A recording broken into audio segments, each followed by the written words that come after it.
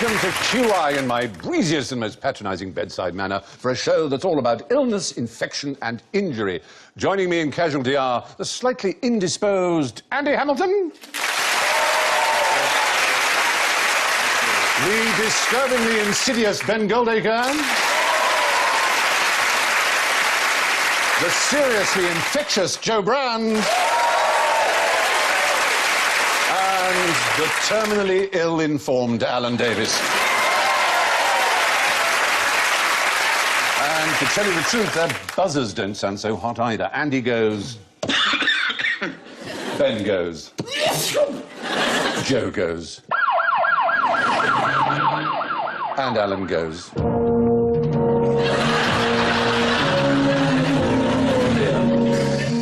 And... don't forget, of course, that you have your Nobody Knows Jokers. Nobody knows. Yes, in this series there may well be a question to which the real answer is nobody knows. And if you can guess which question that is, you get extra points for playing your Nobody Knows Jokers. Now, before we start, I'm afraid I'm going to have to ask you all to fill in this questionnaire that I've got for you. Oh. It's on the Epworth Sleepiness Scale. It's about, really, how likely you are to fall asleep under certain circumstances, and therefore whether or not you have a healthy sleep cycle. You're all concentrating very hard on it. Well, I'm glad you take that. Joe has fallen asleep. Filling in questionnaires. Yes, that's the one that makes you fall asleep. Yeah. Finished. Have you really? Yeah. Well done. We won't go through them till the end, though. I'm very impressed. I've always filled in questionnaires quickly. I think it's a problem I've always had. I think if you finish first, that you get marks somehow. Oh, how do you know whose they are? You better put your name on them, haven't you? Oh, who hasn't put their name on their work? You're feeling more than usually like a schoolmaster. Joe Brand. It was... I feel that men fall asleep more somehow. Do you fall asleep in catnap during the day, afternoon? Only during sex. Oh. So when you're watching sex or doing sex? Either. It is one of the afflictions of getting old, I fear, falling asleep. So, while you're sleeping, we'll be playing QI. And the first question is, why would you swallow a pill made of a poisonous metalloid? Yes. Would it be because you got really pissed one night and then you woke up the next morning and realised you were next to Michael Winner in bed? Well, oddly enough, until you got to that last point, one of the uses of that poisonous metalloid was as a morning-after pill, but its other use was for the other end of the body.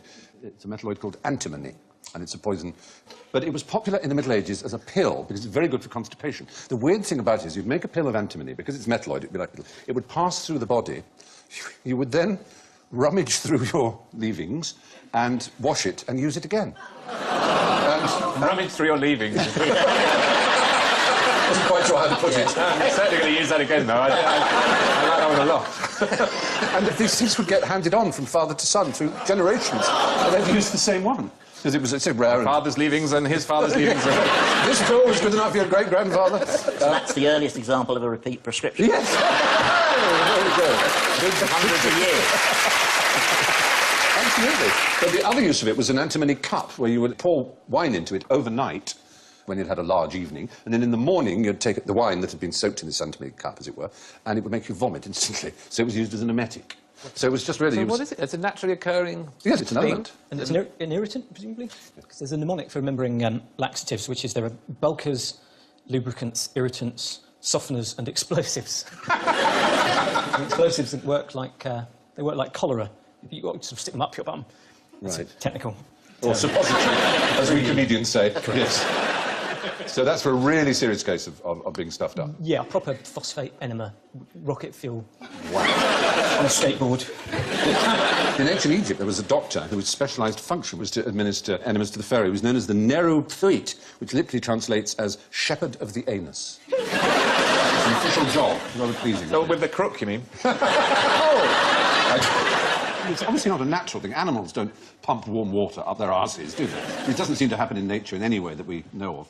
How did it come about? Well, they are very popular with quacks. I think there's something quite attractive about how transgressive it is to squirt a lot of something up your bum that makes pretend doctors feel like real doctors. But there was a guy, well, John Harvey Kellogg, the man behind the man behind the cornflake. Yes. Yeah. So he had this this big kind of quack clinic that he ran, where the moment that you arrived, you had to make a visit to a man called the Rear Admiral, who would bend you over and fill you with fresh yoghurt, and then you would poo that out, and then you'd be ready to crack on with your detox. And they would deal with your thrush at the same time.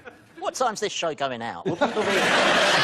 Well, I mean, it Eating? is the most kind of basic fact about us all is that we poo. And also that we are, as we age, supposedly, we get more obsessed by it. I mean, it's sort of all you've got left, really, isn't it? And there are stories of nurses who get sent stools by grateful patients. You must have heard those stories, eh? They're not necessarily grateful.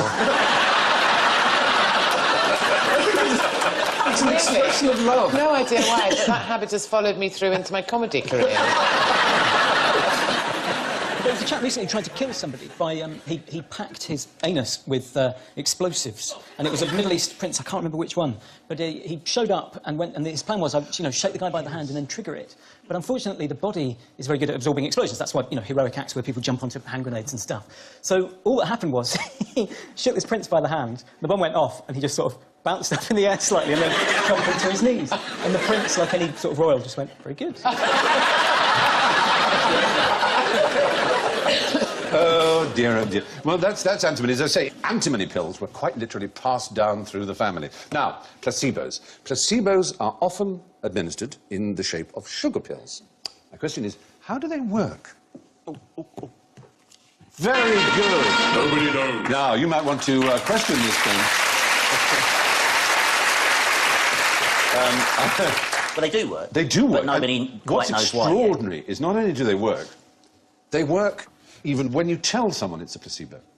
I mean, you obviously have studied the placebo effect more than most. Mm-hmm. It's amazing. And I think the magic ingredient of the sugar pills is its belief and expectation. So, for example, we know that 4 sugar pills a day are a more effective treatment than 2 sugar pills a day. Yes. And we know that a saltwater injection is a more effective treatment than taking a sugar pill, not because the saltwater injection or a sugar pill does anything kind of physically to your body, but just because an injection feels like a much more dramatic... Is it something to do with that you just feel you're being taken care of? There is some part of your body yields to the authority of an injection, even more than to a pill. Yeah. And, you know, pacemakers start working before they've been switched on. Yes. Yes, I've heard this. On knee surgery as well. They've cut people's knees open and then sewn them up. And they've said they feel better, even though they've not actually done anything. And that's kind of why it's important to do proper trials, because otherwise you'd be running around thinking that it was worth cutting people open and messing around with their heart. And actually it wasn't. It was just... The intervention, the almost priest-like nature of the doctor, the faith that is reposed in them. And obviously that goes some way, I suppose, to explaining homeopathy, because a homeopathic pill is as inert as a sugar pill. I know someone who was told by a health visitor to take arnica for a caesarean scar. And went and spoke to an obstetrician and said, "No, is there any truth in that?" He said, "Well, the thing is with homeopathic medicine is there haven't really been proper clinical trials. But arnica is one that has been tested, and it has been found to have absolutely no effect whatsoever."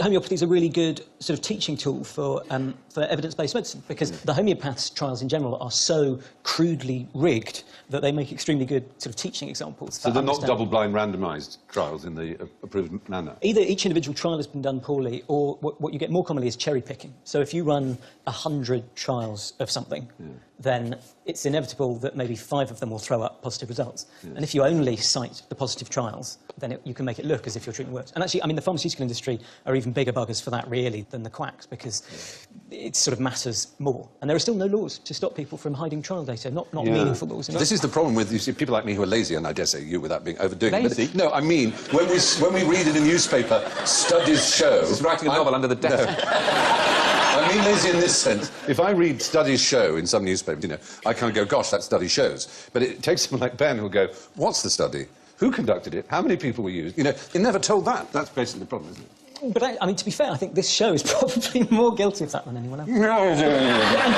It's a very easy thing to fix. Because I think every news story or feature or TV show or anything that makes a reference to a piece of primary research should give a link to that piece of research so that people can go and see what the evidence was. Yeah, indeed. Anyway, the placebo effect is undoubtedly incredibly powerful. On the other hand, there are drugs that are powerful too. If you inject someone with cyanide and say it's actually a sugar pill, they will die. Yeah. So, as Andy rightly said, nobody really knows quite how the placebos work, but work they jolly well do. What kind of condition that astronauts suffer from is measured by the Garn scale? That's G-A-R-N. Garn is what Steptoe used to say a lot. Yes, indeed. Eliza Doolittle says Garn as well, doesn't she?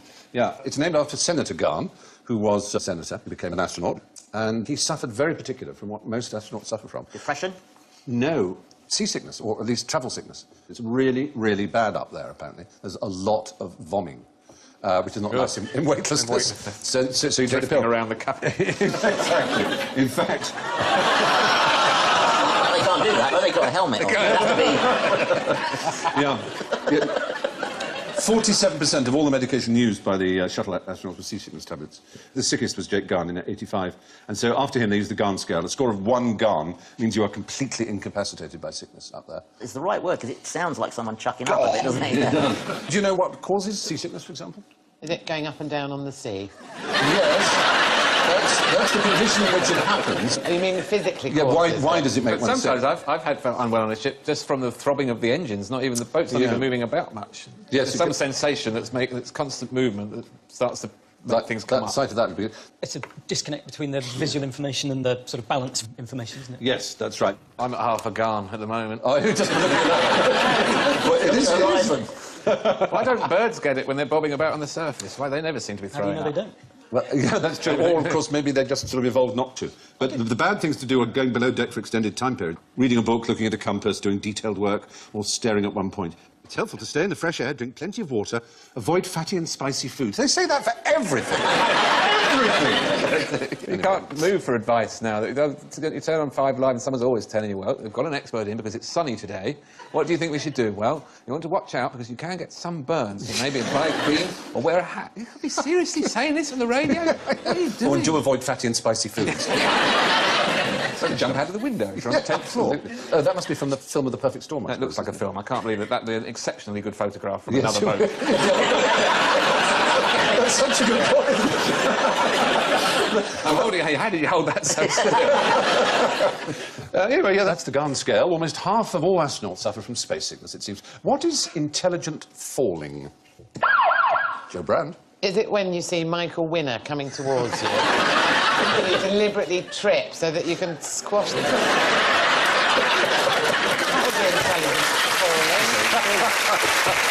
would be intelligent falling. You really got it in for the Winster, haven't you? I have. Yeah. Is it because he's not returning your calls, Joe? Is that what it is? Let go of Take it. me out to dinner. Is intelligent falling what Ronaldo does in the penalty area?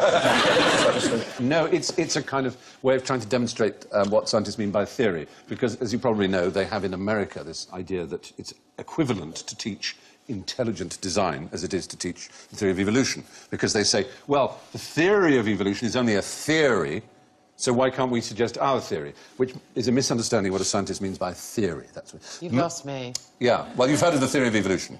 Yes. And you've heard of intelligent design? No.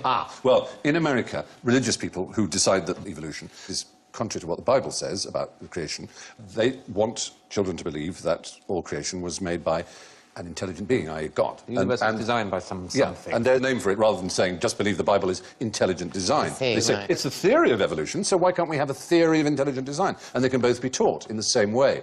And all I'm getting at is that actually theory has a rather specific meaning in science. It's not the same as guess. It's not even the same as hypothesis.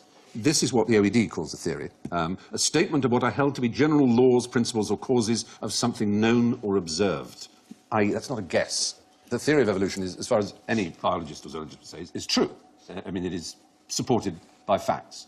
So what was intelligent falling? It was... Intelligent falling is saying, well, Newton had a theory of gravity, but it was overturned by Einstein's theory of gravity, so why can't we suggest our theory, which is intelligent falling? Isn't the point partly that different theories are supported by different amounts of evidence? So, for example, David Icke has a theory that the royal family are all 7-foot green lizards in 6-foot human skin suits. Yes. And he doesn't have a lot of evidence for that theory. Whereas the sort of evolution is supported by a lot of evidence. And if you want to question a theory, then you should do so by challenging its evidence rather Exactly. than by... The intelligent Pulsing. design believers, Yeah. in America, what do they think they put in their cars? It is a problem. I mean, it's a hard position to be a fundamentalist. On the one hand, you have to forgive people, on the other hand, you have to take their eye out. Which is a bit difficult to know which one you're supposed to do at any one moment. Well, if Michael Winner's around, Yeah. Yes. you have to make a decision. I've got this fantasy of Michael Winner sitting down saying, oh, it's Friday, what shall I do? I know, I'll watch QI. Joe Brand's on, she's my favourite. And the disappointment when he sees you being... So he won't be disappointed. No, perhaps he won't. Perhaps he won't. So there we are, yes. The fact is, evolution and gravity may be theories, but they work perfectly well in practice. Describe the symptoms of either drapetomania or diasthesia ethiopica. Who the hell is that? I don't know, but that's what the girl's thinking as well. They're all thinking I would, aren't they? I mean, it's nothing to do, I have to say, with Gregory House. We're in the 1850s, just before the Civil War, which is the clue.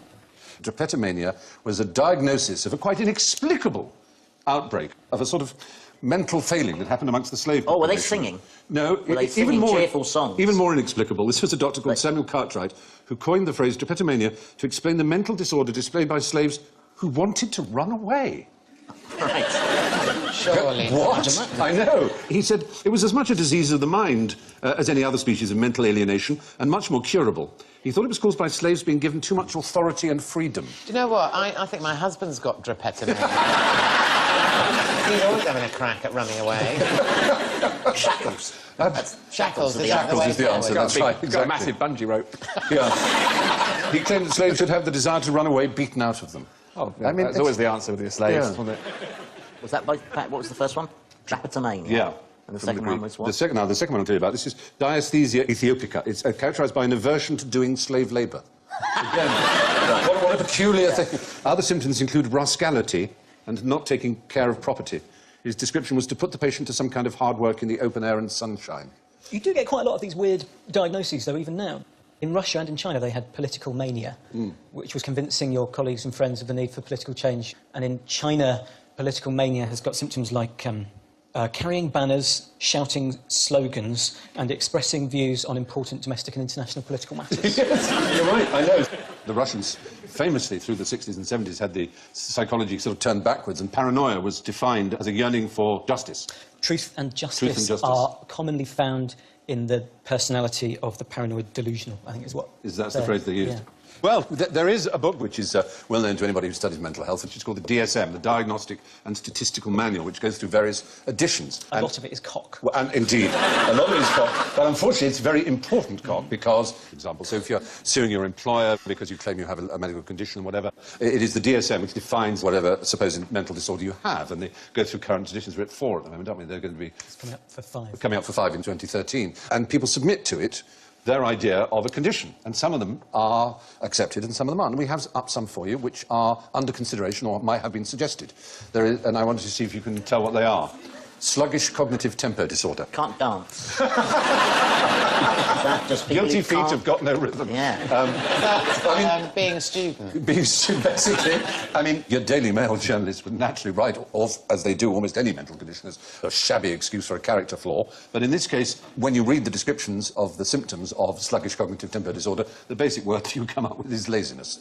It is basically laziness. Relational disorder. Unpleasantness. Yeah. An inability to get on. Ryan Giggs. Sorry? Well, Ryan Giggs has got that. Yeah, Brian Giggs is not getting on with He people. gets on with some people, but they're usually married to other people. Yes. So, anyway, negativistic personality disorder. Not being very nice. Well, it's being negativistic about something, whining. Jeremy Paxman. Whining and complaining. Intermittent explosive disorder. That's flat Fast. Well, it would, but as this is the DSM, basically adult tantrums, people who lose their temper very, very quickly. And the point is, you know, one can laugh at these, but there are some things that are obviously real, that produce terrible conditions, mental conditions, and that is well known. And then, somewhere along the line, there are things to do with concentration disorders and compulsion disorders, which seem so limited that you think, is that worth putting in a book? And do you need special treatment for that? Where do you draw the line, I suppose? I'm asking, doctor, do tell us. Partly it's some people want to be pathologised and have a label. Yes. And sometimes it's about flogging a treatment. I mean, female sexual dysfunction, for example, started being pushed at the time that various companies were trying to get licences for things like Viagra for the 50% of the population who are unlucky enough not to have a penis. And along with that... Joe's got loads of penises, but they're all in a drawer. But FSD was about medicalising it and saying that you know, desire is a matter of clitoral blood flow imaging and nitric oxide molecules in your body rather I think than... that might have been the most disgusting thing I've ever heard. Clitoral Rather blood than flow relationships. imaging. .com. No, that is a dirty book. Yes.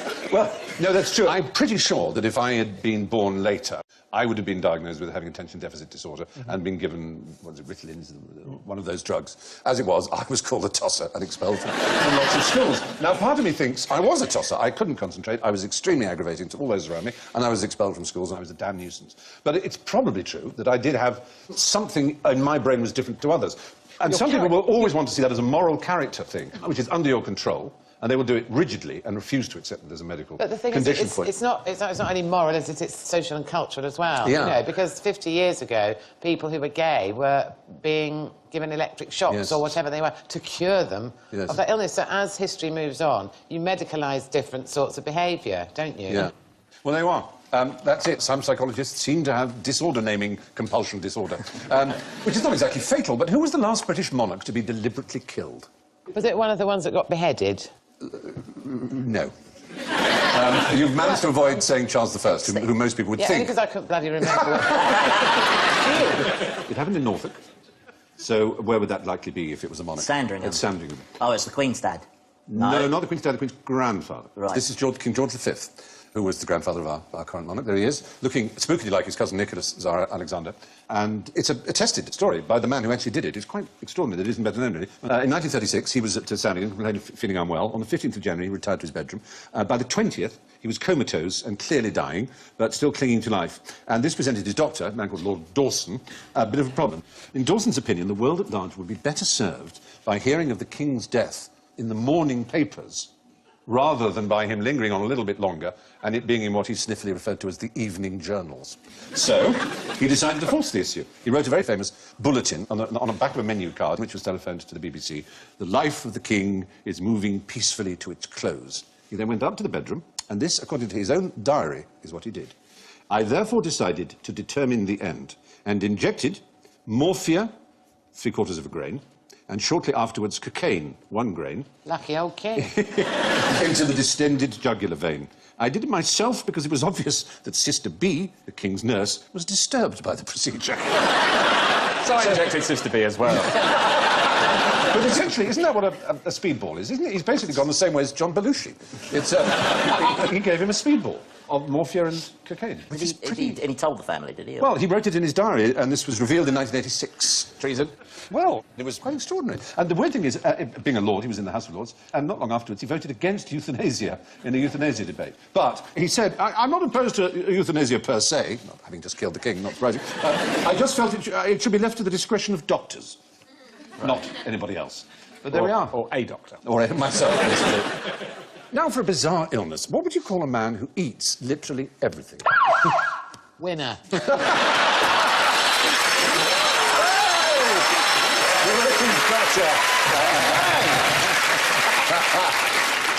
Well, everything, like pens and... Yes, clips basically, and yeah, polyphagism. It's also known as pica. An excessive appetite, often for non-nutritious substances, coal, clay, chalk, nuts, bolts, batteries, soil, and so on. It's a very exaggerated version of what can sometimes happen in pregnancy. I don't know. Did you get any weird appetite things when you were pregnant? Yeah, I ate a bit less. Some animals suffer from it. In horses, it's called depraved appetite. But the most extreme example we can come across was a man called Tarare, who was a Frenchman in the late 18th century and lived a shortish life. I mean, he was abandoned by his family as a child because they just couldn't afford the food that he ate. And after working as a street entertainer, swallowing stones and live animals, he became a soldier. And they decided to test his appetite, and he obliged, and he ate a meal intended for 15 people in a single sitting. He tore apart and ate, without chewing, live cats, snakes, lizards, and puppies. And so they thought maybe he'd be a useful spy, so they gave him things to swallow to go behind enemy. They were at war with Prussia, but he was caught first time and... He'd be a good spy. Why would he'd rather draw attention to himself, though, eating everything. But they thought you could just swallow some box with military secrets in it, basically. So that when he was searched, he would have nothing. That was their theory, anyway. So he was then put on a diet in a military hospital, and he would scavenge for offal in gutters. He would escape from the hospital in rubbish heaps outside butchers' shops. He attempted to... offal in gutters? Yes, and outside butchers' shops. Oh, I see. What, just someone had gone and done Bits a of look at guts. that liver? And... Yeah, exactly. Yeah. And he attempted to drink the blood of other patients and eat the corpses in the hospital morgue. You know who's like that, don't you? Say it anymore, do I? Anyway, yeah, he was eventually ejected from the hospital under suspicion of having eaten a toddler. And then he died... a toddler, a little baby, a child, an infant, yes. Which is against the law in France. Yeah, they're picky, the French. Yeah, for their laws. They drew a line Really somewhere. fussy. They gave him an autopsy. Anyway, he had a belly so loose he could wrap the loose folds of skin around his waist. He sweated constantly and stank to such a degree that he could not be endured within a distance of 20 paces. At table, his eyes would become bloodshot and a visible I'm vapour... becoming increasingly attracted to A visible vapour would rise from his body when he ate.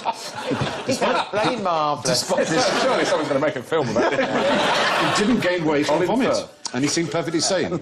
He didn't gain weight. No, that's On the eat everything diet. He didn't gain weight. Well, you've got a whole cat and a dog inside. They'll be probably eating everything else, huh? Yes, that's true. Like the little old lady who swallowed the fly, yeah. There was a diet pill like that, where people would eat tapeworm. tapeworm egg and then wait until they got to their ideal weight, and then they'd take the helminthicide that would kill the tapeworm, and they'd poo out the worm, Yeah. and then get on I wish they nice still and made that. slim. Yeah. And in his autopsy, you'll be pleased to know, also revealed an enlarged liver and gallbladder, enormous stomach covered in ulcers and oozing pus. So that's nice. So time to hand your test results in. And let's talk about your sleepiness here now. We've got Ben here first. I'll tell you what the questions are. Basically, you fill in how likely you are to doze off in the following situations according to the following scale. All right? And the various situations are sitting and reading, watching TV, sitting inactive in a public place, e.g. theatre or meeting, travelling as a passenger in a car for an hour, lying down to rest in the afternoon, sitting and talking to someone, sitting quietly after lunch without alcohol, in a car while stopped for a few minutes in traffic. Well, Ben here scores 6, and you'll be pleased to know there that 7 to 8 is average. 0 to 6 indicates you get sufficient sleep. I don't know that my taxes are going properly if a doctor gets sufficient sleep. I pay you to be utterly overworked and underslept. I thought this was a confidential medical... Oh, sorry, Dan. That's a very healthy result. This is Joe Marlon Brando. You've answered 0 to everything. Yeah. So you really do sleep enough. You never fall asleep. I never fall asleep anywhere, no. That's fantastic. Andy, sitting and reading 1, watching TV 3. Your total, which you haven't bothered to do, thank you so much. I got too tired. 9, 10. Your total is 14. Yes. Alan has answered 3 to almost everything except sitting and talking to someone, thank goodness. Don't sleep then. Yeah. And you score 19. Yeah. If I sit and read a book, I will fall asleep immediately. Now, well, anyway, so there you are. You get sufficient sleep then. The rest of you, I'm sorry to say, 7 to 8 is average. Well, anything above 9 indicates you should seek the advice of a sleep specialist without delay. All right. Yes. OK, I'll get on to it straight away. Well, there you are. So now, drop your trousers. It's time for a dose of general ignorance. Fingers on beepers, please. Why shouldn't you sleep with a dog? Yes. He won't respect you in the morning, will he? It's against the law, isn't it? Well, I don't know. I don't mean sleep with in the sexual sense. I mean literally share a bed with. I'm afraid it's really terribly unhealthy. Quite a lot of plague, amazingly. Good old bubonic plague, especially in the southern states of America. Not in this country, surely. Not at the moment. We seem to be OK in this country, but... Because dogs are wearing those anti-plague hats. Yes. Can I say, apropos of nothing, Yes. what hideous pillowcases. I What from the 70s, that picture? bet they're that kind of brushed nylon where you can catch your fingernails on it. Brentford nylon. Actually, the diseases you get off animals are often worse than the diseases you get off people, because diseases that live in humans can't kill you off instantly and universally, because otherwise the disease would die out. They need you to carry on sort of going to work and sneezing on the bus and scratching your arse and preparing food and all the other things that you do to transmit stuff. But something that lives on a dog, it doesn't care if it kills off a dead-end host like a human. Because that's not what it's bred to Yeah, that's not live. how It's it- not that's part not of its how it gets normal life around. cycle. Yeah. Anyway, letting dogs and cats share your bed can cause all manner of problems. So now I'm having a panic attack. What do you recommend? Yes. A paper bag. Yes, good old paper bag. No, no longer Is that not recommended No, it anymore? isn't. No. Nor indeed the other standby, take a deep breath. Both of those are now considered rather Pull bad yourself ideas. together. Pull yourself together is probably OK. Yes. I think you can manage that. Doctor, I think I'm a pair of curtains. Slap her, she's hysterical. Yes, that's a fine one. She had, I think we She can had all- good reason Yeah, to be I think she did, hysterical. Yeah, because, she did. Yeah. Jack was not behaving normally, was he? No. No, he was being a little odd. But no, there's a new treatment called capnometry-assisted respiratory training, or CART. Encourages people to take shallow breaths rather than deep breaths. You want to avoid blowing off too much carbon dioxide, don't you? Yeah, that's the thing. It's because you're hyperventilating, apparently. You're getting rid of too much CO2, and the idea was that if you do it in the bag, then you're breathing back in the CO2. But apparently this is now not considered a very good idea. It's dangerous and should be retired, is the apparent current medical opinion. Quite hard to Still find a gonna paper try bag, it, isn't it? though. Still going to try it on Winner. Yeah. And avoid, if you can, fatty and spicy foods. So, now, I'm feeling extremely angry. What should I do? Calm down, dear. That's very good. You're quite right. What's the best thing to do when you're angry? Have a cigarette. I'm not sure that would be medically recommended. Lie down in a darkened room. Think about something nice. Puppies. Those are all good suggestions. The suggestion that I'm glad you didn't make is let it out. There was this idea that if you got very angry, you should punch a punch bag and shout and let it go. And they've done some experiments again, and it turned out that those who let out their anger became over time more aggressive. The hypothesis is that blowing off steam may reduce psychological stress in the short term, but it acts as a kind of reward mechanism, reinforcing aggressive behaviour, because you feel good when you then let it out again. So maybe it's better to bottle it up. Be British, in other words. Stiff upper lip. Yeah? Don't make a scene. Don't make a fuss. Don't make a bloody fuss. And above all, avoid fatty and spicy. Yes, also, according to psychologists at the University of California, Santa Barbara, it's best to make decisions when you're angry, which goes, again, rather against what you might think. It seems that anger will actually, and there again, it's a hypothesis, that anger is designed to motivate people to take action. It actually helps people take the right action. Buying shoes. Buying shoes when you're angry. Make sure you're really livid when you go in the shop. I want my shoes! I think Which pair would you like? Those! I'm really pleased with these. There you are. Apparently letting your anger out just makes matters worse. So, if you want to wash the bacteria off your hands, what temperature should the water be? Killing bacteria, I would say it needs to be from 30, 40. Well, the point is, in order to kill the bacteria, the water would have to be far too hot for you to bear it. It touch. would have to be about 80 degrees centigrade. It's nothing to do with the temperature, in fact. It is to do with, as you would know as a doctor, it's actually the vigorousness of the scrubbing action. Actually, for proper infection control, we should all be naked below the elbow. Oh, really? Short sleeves is the answer? Yeah, yeah. Which you do see in some doctors nowadays, actually. I've noticed that. Is that now the norm? Yeah, I think so. Oh, that's interesting. I like those taps they have, you know, the elbow Oh, tap. yes, Yeah, yeah. that's it. I'll get some of those for home.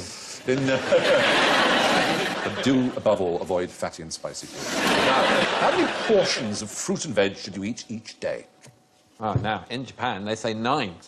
That's the thing. It's different all over the world, it seems. The 5 is being chosen in Britain, basically, because they think that's actually the most they can persuade the British to eat. And we are the most reluctant to eat There's anything. no way they'll eat any of it. Anything green is Say just 5. repulsive to us. But, Denmark says 6, France 10. Canada, it's between 5 and 10. Somebody just went, oh! Yes. Oh, dear. Scotland, it's 1. Scotland. I know. Supposedly it's 7 for women and... Actually, Haribo's 7 for count women. in Scotland. That's a vegetable. Star mix. I had a bag of dolly mix. I really wish my fridge looked like that. Does anyone's stay like fridge that? ever look like that? Certainly not mine, no, I have to say. I can't see a single pork pie in there. No. That, to me, is no fridge. I have a lot of veg in Do you my like fridge, I pork must say. pies? I love pork pies. I like pork pies, but I find you start a pork pie, you think, I really like this pork pie. 2/3 of the way through, I start to go off it, and I don't know why. Oh. Is that to do with me? Send it to me, the rest of it. Yeah, You've got no. complex pork pie avoidance. Yes, we have. It's actually rather staggering. There are any British people left alive on the world. It's just amazing. We all eat fatty, spicy food and certainly don't get our 5 a day. And lastly, here's something every teenage boy should know. What is it that burns when you set fire to your farts? You want someone to say methane, don't you? I'll say it. No, I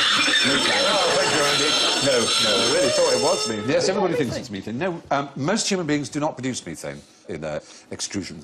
It seems that we produce about 3 pints of wind a day. Released, Pints? yes, pints. It's measured in pints. Released in 10 to 15 individual episodes. You get a box set as well. Best. Oh, you can have a feature-length episode. So, pyroflatulence is the practice of igniting these episodes. Can lead to serious burns, so don't try it at home, everybody. But methane in the body results from microbes called methanogens. But only about 1/3 of humans have methanogens among their gut flora. So no one knows exactly why. That appears to be genetically determined. And a 2009 study by Arizona State University showed that methane producers are more efficient at converting their undigested food into fat reserves, which bluntly put means fat people fart more. The major components of flatus... The major components are all odourless. The distinctive aroma is caused by skatol, indole and hydrogen sulfide. During the Great Plague of London, doctors recommended patients store their farts in a jar and then, when they were feeling unwell, smell them. And apparently this would help. Anyway, it's usually hydrogen, in fact, that's lit. But as I always say, better out than in. Definitely. A bit like Simon Cowell in a lifeboat. And now, the complications set in as we look at the final scores. It's very exciting because in first place, with a very positive and a very thrillingly impressive 8 points, is Andy Hamilton. Oh.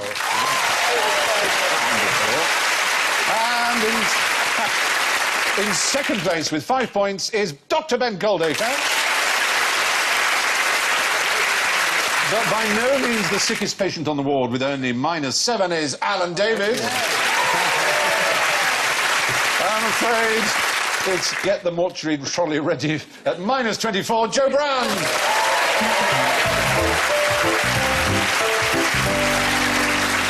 Well, that's all from us tonight, so it's good night from Ben, Andy, Joe, Alan and me. And I leave you with this heartwarming tale from America. In 1981, the mayor of Springfield, Illinois, suffered a heart attack during a council meeting. The council voted to wish him a speedy recovery by a margin of 19 votes to 18.